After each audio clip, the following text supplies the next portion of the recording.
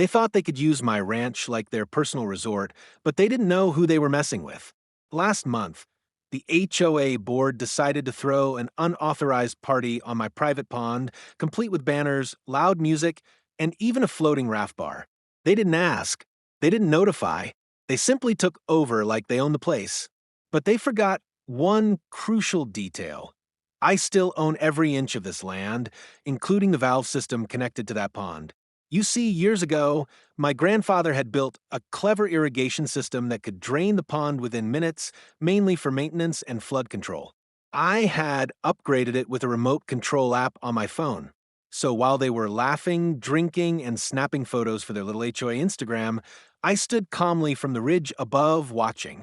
And just as they began their big toast, I tapped the button. The water level dropped shockingly fast. First a few inches, then feet.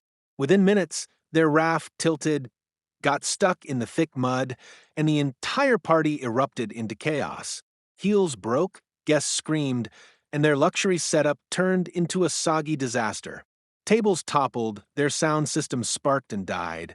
And worst of all, the HOA president's expensive shoes were swallowed by the muck. They all looked around, bewildered, blaming faulty construction. I waited until their raft had completely bottomed out, then walked down slowly. Funny, I said with a smile. I don't recall giving anyone permission to party on my pond. Their faces turned white. One of them tried to blurt out an excuse, but I cut him off. Next time you trespass, it won't just be muddy shoes you're dealing with. It'll be court papers. That night, they left humiliated, covered in sludge, and absolutely silent. The next day, I received a half-hearted apology letter, but it was too little, too late. I shared the security footage with a few local rancher forums, and let's just say they'll think twice before trying to play power games again. On my land, I write the rules and the consequences.